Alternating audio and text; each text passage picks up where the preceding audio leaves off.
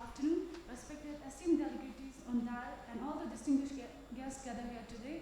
The title of my presentation is Clinical Pattern and Burden of Strabismus in a Tertiary Care Institute of Northeast India.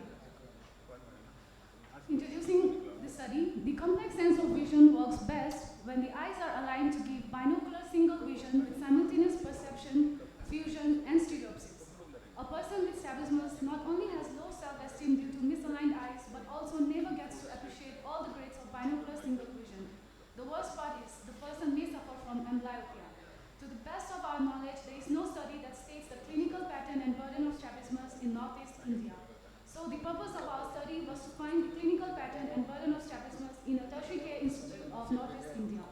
It was a hospital-based cross-sectional study which included patients with manifest strabismus of all age groups. Clinical history was taken, visual acuity and refraction was done, anterior segment and posterior segment were evaluated, strabismus evaluation including extraocular movement, measurement of angle of deviation, test for sensory status and stereopsis were done. The result, 110 patients with manifest strabismus were identified and included in the study out of 27293 OPD attendance between May 2021 and October 2022. So, the hospital-based prevalence was found to be 0.4%. The mean age of the study population was 27.16 years, male outnumbered female comprising 55.45% of the study population. Commitant strabismus was the most common strabismus, comprising 84.55% and incommitant 15.45%.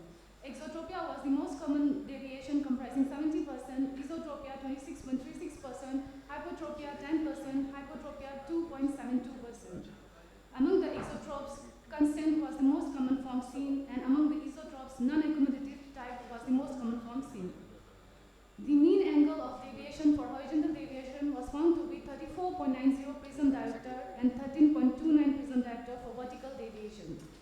Among the causes of strabismus, paralytic cause was seen in 15.45%, sensory in 11.82%, infantile and accommodative in 1.82% each. Myopia was found to be the most common refractive error, and hypermetropia after that. Myopia was seen in 23.64% and hypermetropia in 14.55%. Amblyopia was seen in 1.82% of the patient. And in the treatment, 74.55% of the patients were treated conservatively and 25.45% underwent surgery. It was noticed that among 74.55% patients managed conservatively, 13.64% were advised surgery, but they denied surgery. These are some of the data from our country and other countries on strabismus. It was seen that the distribution and pattern of strabismus varies from region to region of the world. In our study, the prevalence was found to be low, which could be attributed to the fact that it was carried out in a relatively new tertiary care institute of Northeast India. However, the pattern of strabismus was similar to most of the studies. During the studies, it was learned that there is lack of data on strabismus. Most of the strabismus studies are done in pediatric age groups. So there is need of studies including other age groups apart from pediatric age group. Different studies classify strabismus in different ways. So at present, there is no standard classification of strabismus. And most important of all, there is lack of awareness on strabismus, its effects, and its available treatment option. People are skeptical about undergoing strabismus surgeries. Limitation of the study. Present study has defined hospital-based prevalence of strabismus in Northeast India, and it did not include 4 years. I would like to conclude by stating that with our study, we have tried to highlight the pattern and burden of strabismus in a Tertiary Care Institute of Northeast India, which indirectly gives the picture of entire Northeast. It is hoped that the findings from our study will help in tackling the morbidities associated with strabismus and guide the healthcare planners to take the necessary steps. Thank you. Thank you. This is a real practical problem, especially in places like yours. Do you have all subspecialties in your institute? Sir, not all. So right now we have glaucoma, medical retina, strabismus, and pediatric clinics. Pediatric ophthalmology. Yeah, pediatric ophthalmology. So we are trying for cornea and retina.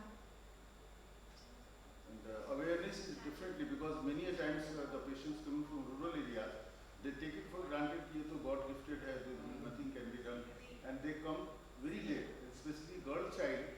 They will come when they will feel that now we are thinking of going for marriage. So then only they will, by the time she develops amblyopia and everything. So this is a real challenge. Hospital-based prevalence is not the right type of study Yes, for sir. this particular problem. Okay, thank you very much. Thank you, What sir. was your sample size? What was your So, sample so we got 110 patients, sir. Yes, sir. Too low a sample. Sorry. So 110 patients. So that paralytic was more. Yes, sir.